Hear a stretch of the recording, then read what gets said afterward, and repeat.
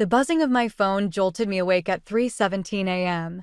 Not the usual buzz of a text or call, but that distinct pattern of a security alert. In my groggy state, I almost dismissed it, but something made me look closer. The notification was from an app I'd never installed, Secure Track Alert, location data accessed.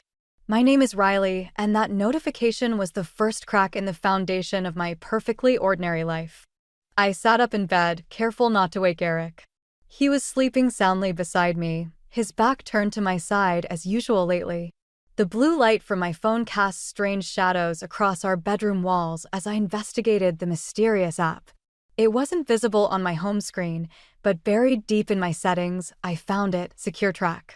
Running quietly in the background for God knows how long. What the hell? I whispered, my fingers trembling slightly as I tapped through the unfamiliar interface. A map appeared, showing my movements from the past week, my daily drive to the high school where I teach, my Thursday coffee run with Sarah. Even my secret trip to that jewelry store where I'd been planning to buy Eric's anniversary gift. The bedroom suddenly felt too warm, too small. I slipped out of bed and padded down the hallway to the kitchen, passing Zoe's room where my 14-year-old daughter slept peacefully, unaware that her mother's world was starting to tilt on its axis. Under the harsh kitchen lights, I dug deeper into the app.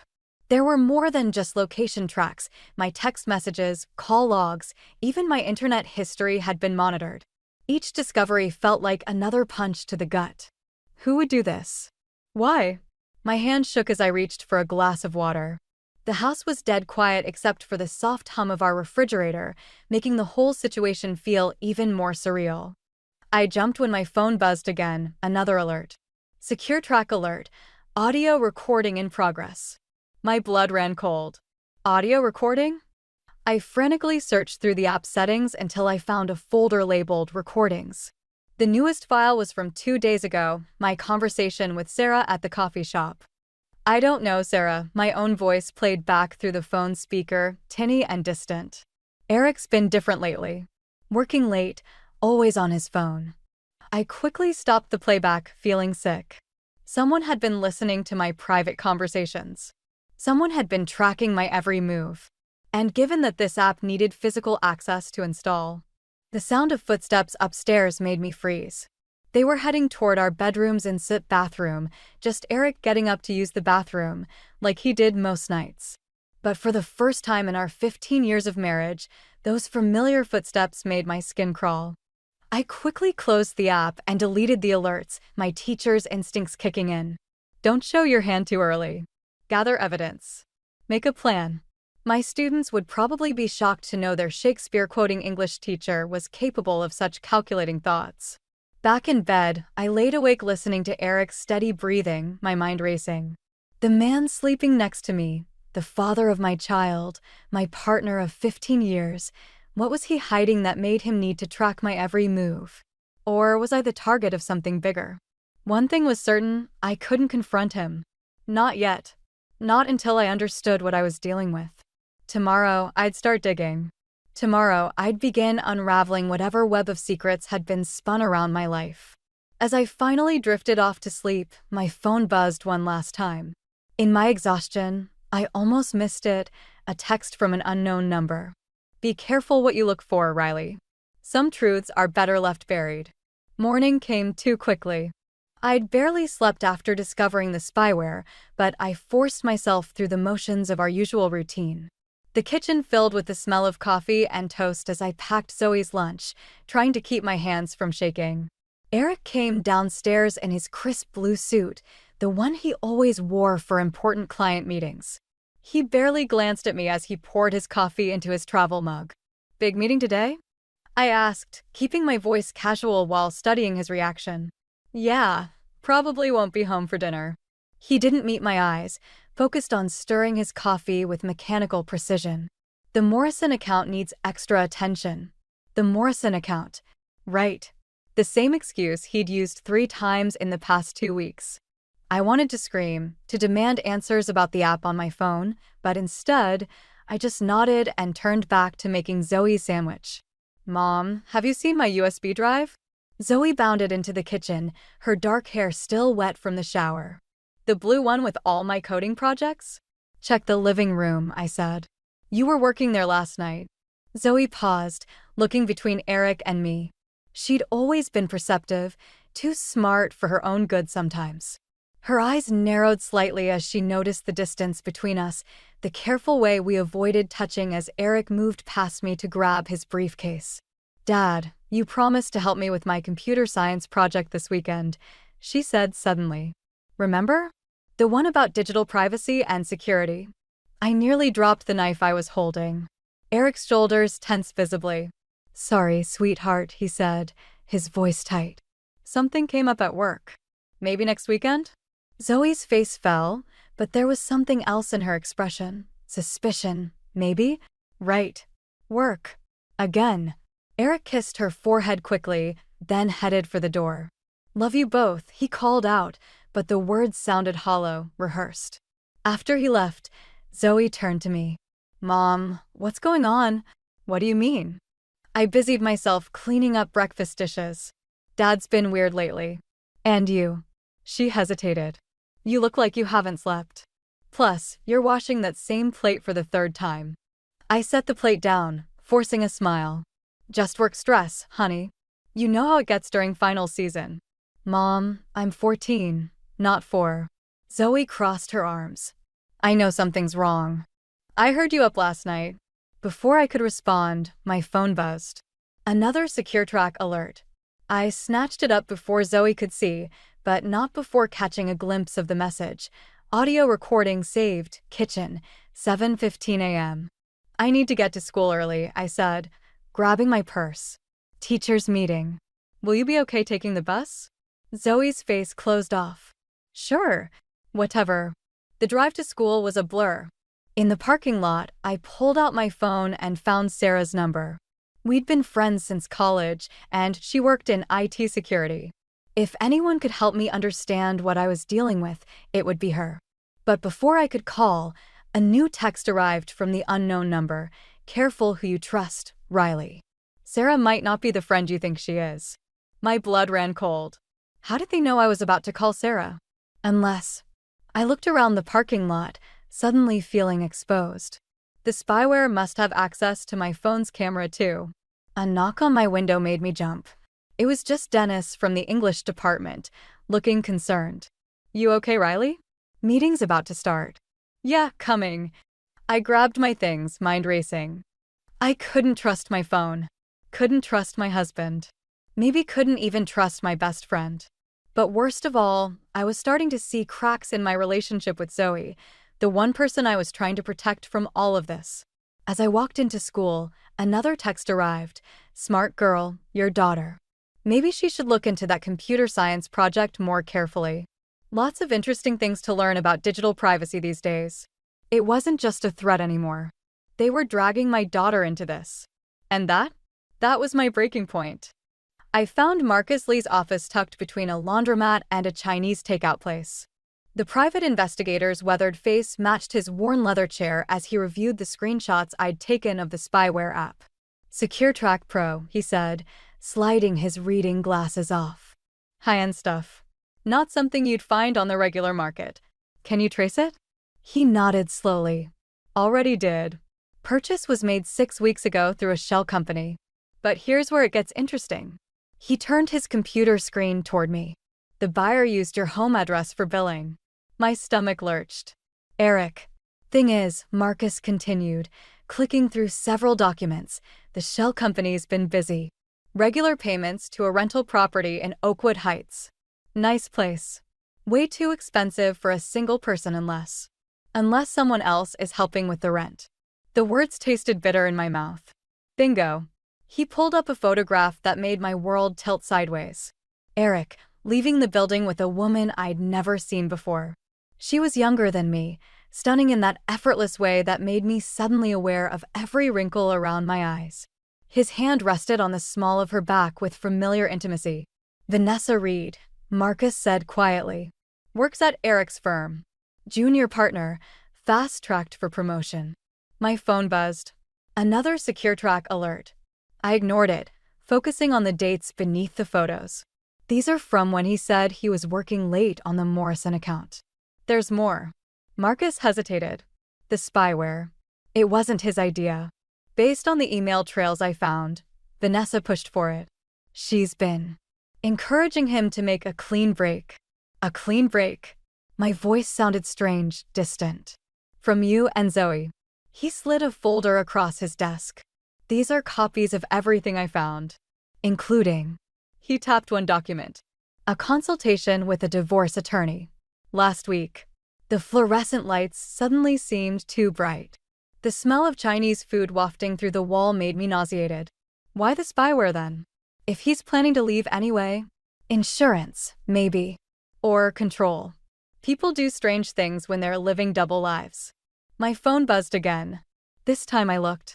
Having fun with Marcus? Wonder what Eric would think about his wife meeting strange men in secret. I showed Marcus the message. His expression darkened. They're watching you right now. Probably through your phone's camera. He grabbed a post-it note and scribbled something. This is a burner phone number. Use it to contact me from now on. And Riley? His eyes met mine. Be careful. People who use surveillance like this. They're not playing games. Walking to my car, another text arrived. TikTok, Riley. How long before Zoe finds out her mother's sneaking around too? I sat in my car, hands gripping the steering wheel until my knuckles turned white. They were trying to gaslight me, make me doubt myself, make me feel guilty for investigating their betrayal. My phone rang. Eric. Hey, his voice was casual, practiced. Just checking if you can pick up Zoe today? Meeting's running late. Meeting. Right.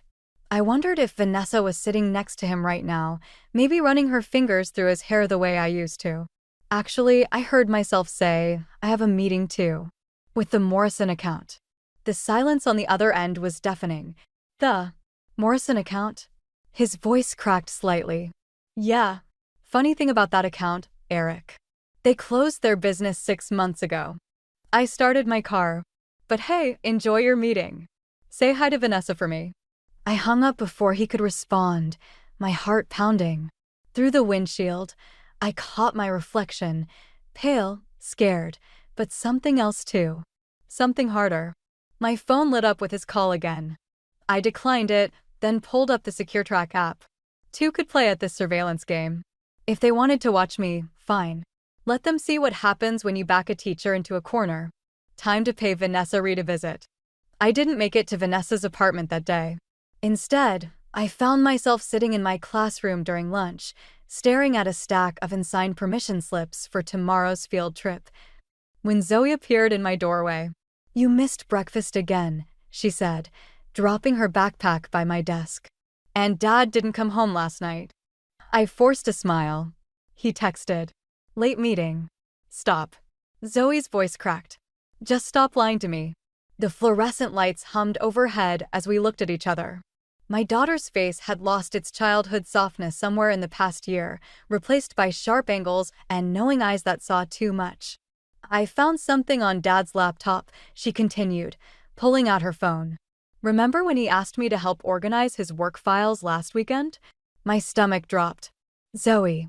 There were emails. Lots of them. To someone named Vanessa. She placed her phone on my desk, screen up. He's planning to leave us, isn't he? Before I could respond, a student appeared at the door. Mrs. Thompson? Principal Warner needs to see you. He says it's urgent. In Warner's office, I found Eric waiting alongside the principal.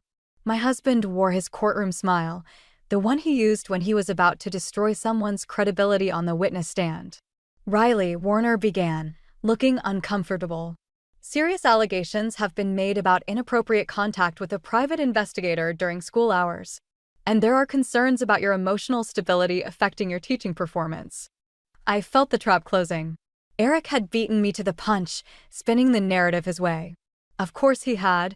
He was a lawyer. This was what he did for a living. I'm concerned about you, honey, Eric said, his voice dripping with practiced concern. The paranoid accusations, the secret meetings. This isn't like you. Let me help. Help. Like he'd helped by installing spyware on my phone? Like he'd helped by planning our divorce while playing happy families? Mr. Thompson suggests taking a leave of absence, Warner added. To sort things out. My phone buzzed. A secure track alert, probably recording this whole conversation. Recording how they were trying to paint me as unstable, paranoid, unfit to teach. Unfit to parent? I have documentation, I said quietly, of everything. Eric's smile flickered. Including the spyware you and Vanessa installed on my phone. The shell company. The apartment in Oakwood Heights. I turned to Warner. And recordings of every conversation I've had in the past 6 weeks, including with students and their parents. I wonder how the school board would feel about that level of privacy violation. Warner's face paled. Privacy violation? I'll email you the evidence, I said, standing. But right now, I need to talk to my daughter. She found your emails, Eric. The ones to Vanessa about leaving us. Eric's mask cracked. Zoe found. Yeah. So while you're trying to destroy my career to cover your tracks, our daughter is sitting in my classroom trying to understand why her father's abandoning her. I walked out, leaving them stammering behind me. In the hallway, my phone buzzed again. Not secure track this time, but a text from Marcus. Got something big. Vanessa's not who she claims to be. Meet ASAP. Back in my classroom, Zoe was still there, working on her laptop. Lines of code scrolled across her screen. What are you doing? I asked. Fighting back, she said, not looking up. Did you know most spyware has exploitable backdoors? Dad really should have researched the product better before buying it. I watched my teenage daughter's fingers fly across the keyboard, her face set in concentrated determination. She looked so much like me at that moment, not the scared, gaslit version of me from the past few weeks, but the stronger version I used to be. The version I needed to become again. Mom? Zoe finally looked up. I found something else in the app's code. Something bad. Really bad. I don't think this is just about Dad's affair anymore. My phone buzzed one final time. A new message, not from the unknown number this time, but from Vanessa herself. We need to talk. Your husband isn't the only one being blackmailed. Meet me tonight? It's not just spyware, Zoe explained, her laptop screen casting a blue glow across her face in Marcus Lee's dimly lit office. It's part of something bigger. Look at these network connections. Marcus leaned forward, squinting at the code. These IP addresses. They're routing through law firms across the state. Dad's firm isn't the only one involved, I said, remembering Vanessa's text about blackmail. How many, Zoe? 17 so far. All using the same spyware package, all connected to a central server. Her fingers flew across the keyboard. And get this, they're all handling high-profile divorce cases. Marcus whistled low. Surveillance footage, private conversations, location data. It's a goldmine for divorce settlements. My phone buzzed. Vanessa again. They're watching. Don't trust Eric. Meet me at Riverside Park, 30 minutes. It's a trap, Marcus said, reading over my shoulder. Probably. I grabbed my coat anyway. But she's scared. You didn't hear her voice in those recordings Zoe found. Mom, wait. Zoe turned her laptop toward me. Look at this email thread. Vanessa tried to back out 3 weeks ago. The next day, someone sent her this. The attachment showed Vanessa leaving a building I recognized, the women's shelter where I volunteered. She was helping a young woman inside, both looking over their shoulders. Her sister, Marcus said quietly, been hiding from an abusive ex for 6 months. Vanessa's been helping her stay off the grid. Until now. The pieces clicked into place. They're using her sister as leverage. Mom? Zoe's voice shook slightly. There's something else. Remember that college fund Dad started for me last month? My stomach dropped. What about it? The money. It's not mine. It's being funneled through shell companies, the same ones paying for the spyware. Dad's helping them launder money. The room spun slightly. Eric wasn't just having an affair or spying on me. He was part of something much darker, something that could destroy not just our marriage, but his career, his freedom, everything. My phone buzzed again. A video this time, showing Zoe walking home from school yesterday. The message below it was simple. Back off or she's next. They're bluffing, Marcus started, but I was already heading for the door. Mom, stop. Zoe called after me. We need a plan. I have one. I turned back, seeing my daughter's worried face, so much older than her 14 years. I'm ending this. Tonight. Not alone you're not. Zoe grabbed her laptop. I can hack their network, shut down the spyware remotely. Give you a window. Absolutely not. It's too dangerous. More dangerous than you meeting Vanessa alone? She stood her ground, chin raised defiantly. They're already threatening me. At least let me fight back. Marcus cleared his throat. Kid's right. You need backup. I've got a friend in the FBI's cybercrime division. One call. No. I thought of Vanessa's sister, of all the other people being blackmailed. Not yet. If we spook them, people could get hurt. We need to know exactly what we're dealing with first. My phone buzzed one final time. A photo of Eric entering a building I didn't recognize, followed by TikTok. Your husband's about to make a deal that can't be undone. Choose wisely. I looked at my daughter, this brilliant, brave girl who refused to be a victim. At Marcus, who'd become more than just an investigator. My allies in this mess. Okay, I said finally. Here's what we're going to do. Zoe, you and Marcus work on accessing their network. But you stay here, where it's safe. I'll meet Vanessa, find out what she knows. And then? Marcus asked. I thought of all the lies, the manipulation, the threats against my daughter. And then we burn it all down. Every last bit of it. As I left the office, I heard Zoe's fingers already flying across her keyboard, and I smiled grimly. They thought they could threaten a mother's child? They were about to learn exactly how dangerous that could be. Riverside Park was deserted when I arrived, except for Vanessa sitting alone on a bench near the water. She looked different from the photos Marcus had shown me, smaller somehow, more fragile. They're watching, she said without looking at me. But Zoe's program worked. We have about 10 minutes before the spyware comes back online. I sat beside her, keeping my distance. Tell me about my husband's deal. It's not just Eric. Her hands trembled as she pulled out a USB drive. The firm's been running this scheme for years. They install spyware on their own clients' devices, gather dirt on both parties in divorces, then use it to manipulate settlements. The money laundering is just a bonus. My phone buzzed. A text from Zoe. Mom, something's wrong. Dad's not at the office. The message cut off as a familiar voice spoke behind us. I really wished you'd stayed out of this, Riley. Eric stepped out of the shadows, and he wasn't alone. Two men in suits flanked him, their expressions cold and professional. The thing is, Eric continued, moving closer, you were never supposed to find the spyware. That was Vanessa's mistake. He shot her a disappointed look. She got sloppy. Like you got sloppy with the college fund? I stood, positioning myself between him and Vanessa. Money laundering through our daughter's account? That's low, even for you. It's called protecting our future. His smile didn't reach his eyes. Everything I did was for us. The firm's offering me partner, Riley. Real power. All I had to do was prove my loyalty. By spying on your own family? By showing I understand how the game is played. He gestured to the men beside him. Now we can handle this quietly. The firm's prepared to be generous. A clean divorce, full custody of Zoe, a comfortable settlement. All you have to do is walk away. My phone vibrated again. A single message from Marcus, FBI en route. Stall him. And if I don't walk away? Eric's face hardened. Then things get complicated. For everyone. He pulled out his phone, showing me a live feed of the women's shelter, including Vanessa's sister, and maybe even that bright future Zoe has in computer science.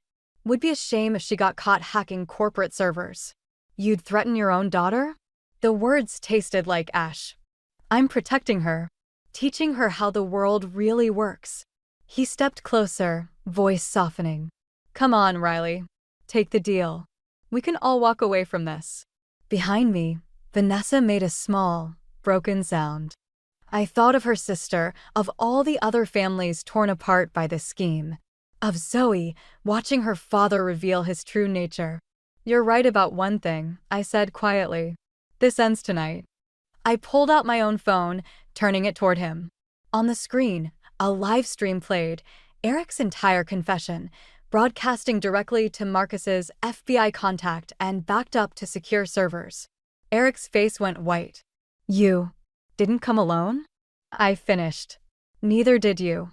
Flashlights suddenly illuminated the park as FBI agents emerged from the darkness. Eric's professional friends disappeared like smoke, leaving him standing alone as agents converged. Riley, please, he begged, all pretense gone. Everything I did was for us. For Zoe. No. I watched as agents cuffed him. Everything you did was for yourself. My phone buzzed one final time. An unknown number. This isn't over. The firm protects its own. I looked at Eric being led away, at Vanessa crying with relief as agents assured her about her sister's safety. At the life I'd built crumbling around me. They were right. It wasn't over. The firm would retaliate. My career might be finished. Our savings were probably gone.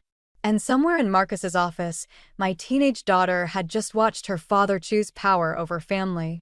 But standing there in the dark, watching Eric's world collapse, I realized something important. Sometimes you have to burn everything down to see what's worth saving from the ashes. My phone buzzed again. Zoe, Mom, you okay? No, I wasn't okay. But for the first time in weeks, I knew exactly what I was fighting for. The holding cell at the federal building wasn't what I expected. Eric sat there in his expensive suit, somehow looking both powerful and pathetic under the fluorescent lights. 2 FBI agents stood outside, but they'd given us privacy for this conversation. You could have taken the deal, he said quietly. We could have kept our family. Our family? I placed the USB drive Vanessa had given me on the table between us. Let's talk about family, Eric. Let's talk about the 23 other families your firm destroyed this year alone. His jaw tightened. You don't understand how things work in my world. I understand perfectly. I slid printouts across the table, bank statements, emails, surveillance logs. You chose power over people, money over morality. And now you're choosing your firm over your daughter. Leave Zoe out of this. You brought her into this when you used her college fund to launder money. My voice stayed steady, even as my hands shook. When you threatened her future to protect your scheme. A knock at the door made us both jump. Zoe stood there, Marcus right behind her. I hadn't expected her to come, had tried to protect her from this moment. But the determined look in her eyes reminded me so much of myself. I want to talk to him, she said. Eric's face crumpled. Sweetheart. Don't. Zoe sat beside me, her laptop open. I found something in the spyware code. Something Mom doesn't know about yet. My heart stopped. Eric's face went pale. The program wasn't just recording conversations, Zoe continued, her voice trembling slightly. It was fabricating them. Creating fake evidence to use against your client's spouses. And Mom? They were building a case against you too. She turned the laptop toward us. Audio files filled the screen. Doctored conversations, manipulated photos, a complete fabricated history of inappropriate behavior with students. Insurance, Eric whispered. In case you ever discovered. In case I ever threaten your precious firm? The rage I'd been containing finally boiled over. You were going to destroy my career, take Zoe away from me? The firm required leverage on everyone involved. Even me. He reached for Zoe's hand, but she pulled away. I never wanted to use it. But you would have, Zoe said. Just like you used Vanessa's sister against her. Just like you're using everyone. A commotion outside drew our attention. Through the window, I saw Vanessa being led in by more agents, her face tear-streaked but determined. Behind her came a parade of suited men, senior partners from the firm, their facades of power crumbling as federal agents escorted them in. They're all turning on each other, Marcus said from the doorway. The whole house of cards is coming down. Eric stood abruptly, desperation in his eyes. Riley, please. I can still fix this. The firm has connections, resources. Stop. Zoe's voice cut through his pleading. Just stop lying. Mom found the spyware, but I found the truth. And I'm the one who cracked their encryption. Me. Your daughter. The one you were ready to sacrifice. She stood, gathering her laptop. I used to think you were the smartest person I knew. Now I realize you're just another bully who thought he could control everyone through their secrets. She turned to me. Can we go home now, Mom? Eric reached for her again. Zoe, everything I did was for yourself, she finished. Mom protected me. You just protected your power. As we turned to leave, Eric called out one last time. What happens now? I looked at my daughter, this amazing person who'd grown stronger through all this pain. At Marcus, who'd become a true friend. Even at Vanessa through the window, who'd finally chosen truth over fear. Now, I met Eric's eyes one last time. Now we rebuild. Without you. Walking out, Zoe slipped her hand into mine. Behind us, Eric's world continued to unravel, but ahead of us stretched something new, a future built on truth instead of secrets, strength instead of power, love instead of control. My phone buzzed one final time. A message from the school board, position secure. Evidence of firm's manipulation clear. When can you return to teaching? I smiled, squeezing Zoe's hand. We had a lot of healing ahead, but for the first time in months, the path forward was clear. 6 months later, I stood in our new apartment, watching Zoe set up her computer station in what used to be our dining room. The space was smaller than our old house, but somehow it felt more like home. Mom, Zoe called out, excitement in her voice. The cybersecurity program accepted me for their summer workshop. I moved to look at her acceptance email, remembering how different things had been half a year ago. The trial was still ongoing, but Eric had pleaded guilty to reduced charges in exchange for testimony against the firm. The scandal had rocked the legal community, exposing similar schemes at law firms across the state. My phone buzzed. A text from Vanessa. Coffee tomorrow? Sarah's coming too. We need your input on the shelter's new security system. That had been unexpected, how Vanessa had transformed from perceived enemy to ally. After everything settled, she'd thrown herself into helping other women escape controlling relationships, using her insider knowledge of surveillance tactics to strengthen the shelter's protection protocols. Think fast. Zoe tossed me a small package. Inside was a USB drive shaped like a key. It's clean, she added with a grin. I checked. We could joke about it now, but those weeks of discovering the spyware had changed us both. Zoe had channeled her pain into purpose, becoming the youngest intern at Marcus's new cybersecurity consulting firm. And I, Professor Thompson? A student's voice called from my laptop. Right. Office hours. Even through video chat, teaching felt different now. Better somehow. More real. Just a minute, I called back, then turned to Zoe. Dinner at 7? Sarah's bringing that pasta you like. Can't. Meeting Marcus and his FBI friend about the workshop curriculum. She paused, then added softly, Dad's sentencing is next week. The air thickened slightly. We'd both received letters from Eric, apologies, explanations, promises to do better. They sat unopened in my desk drawer. Some bridges, once burned, shouldn't be rebuilt. My phone buzzed again. An unknown number. You thought you won, but power always protects its own. I showed it to Zoe, who was already typing. Traced it. Just another angry ex-partner from the firm. Want me to forward it to Marcus? No. I deleted the message. Some people never learn that real power isn't about control. The doorbell rang. Sarah, early for our prep session. We were presenting at next month's educational conference about digital privacy in schools. Turns out my experience had value beyond just survival. Coming. I called out, but Zoe was already opening the door. She and Sarah had grown close, bonding over coding and their shared love of terrible science fiction movies. Hey, warrior women, Sarah said, dropping bags of takeout on the counter. Ready to change the world? I looked around our new home, at Zoe's workspace where she helped others protect their privacy, at the conference materials spread across my desk, at the friendship that had grown between Sarah and Vanessa as they worked to strengthen the shelter's security. You know what's funny? I said, grabbing plates. When this all started, I thought it was about revenge. About making Eric pay for betraying us. But it wasn't, Zoe finished, setting up her laptop. It was about choosing who we wanted to be after the betrayal. Sarah raised an eyebrow. When did you get so wise, kid? When my mom showed me that strength isn't about having power over others. Zoe smiled at me. It's about helping others find their power. My phone buzzed one last time. Marcus, got that teaching position approved.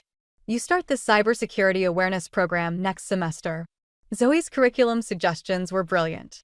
I looked at my daughter, this amazing person who'd grown not despite our challenges, but because of how we'd faced them together. At Sarah, who'd become more than just a friend. At the life we'd built from the ashes of betrayal. Some scars never fully heal, but they remind us of our strength. And sometimes, the best revenge isn't about destroying your enemies, it's about building something better from the ruins they left behind. All right, I said, opening the takeout. Let's change the world.